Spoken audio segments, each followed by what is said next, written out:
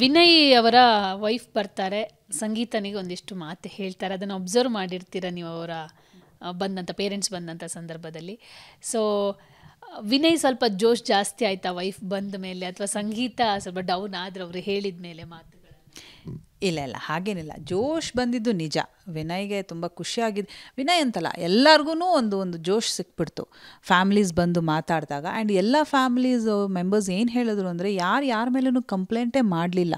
ಅದು it is a very good sign ಅಲ್ವಾ ಅದು. ಯಾರೂ ಕಂಪ್ಲೇಂಟೇ ಮಾಡಲಿಲ್ಲ, ಎಲ್ಲರೂ ಎಂಕರೇಜ್ ಮಾಡೋಕ್ಕೆ ಬಂದರು. ಎಲ್ಲರೂ ಚೆನ್ನಾಗಿ ಆಡಿ, ಜಗಳ ಮಾಡ್ಕೋಬೇಡಿ, ಒಂದಾಗಿದ್ದು ಮಾಡಿ, ಆಟನ ಆಡಿ ಅಂತೆಲ್ಲನೂ. ಸಂಗೀತ ಹತ್ರ ಅವ್ರು ಏನು ಮಾತಾಡಿದ್ರು I don't know, playing well ಅಂತ ಹೇಳಿದ್ರು ಅಂತ ಏನೋ ಹೇಳಿದ್ರು ಸಂಗೀತ ನನಗೆ.